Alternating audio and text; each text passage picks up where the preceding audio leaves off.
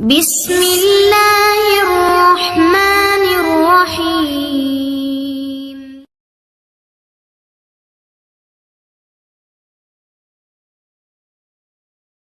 السلام عليكم ورحمة الله وبركاته. الحمد لله والصلاة والسلام على رسول الله وبعد.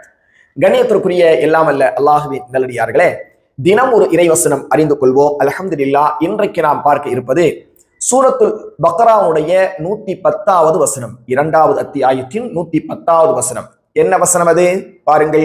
வஅகீமுஸ் ஸலா வஆத்துஸ் ஸகா வமா துகத்திமு லிஅன்ஃபுஸிகும் மின் கைரின் தஜிதூஹு இன்தல்லாஹ் இன்னல்லாஹ பிமா தஅமலூன பஸீர்.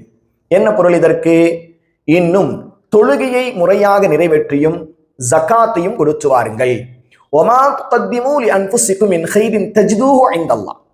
ஏனென்றால் உங்களுக்காக நீங்கள் எதை முன்கூட்டியே அனுப்பி வைக்கின்றீர்களோ அதை நீங்கள் அல்லாஹ்விடத்தில் பெற்றுக்கொள்வீர்கள். இன்னல்லாஹ பிமா தஅமலூன பஸீர். நிச்சயமாக அல்லாஹ் நீங்கள் செய்பவற்றை எல்லாம் உற்று நோக்கியவராக இருக்கிறான் என்று இந்த வசனம் கூறுகிறது.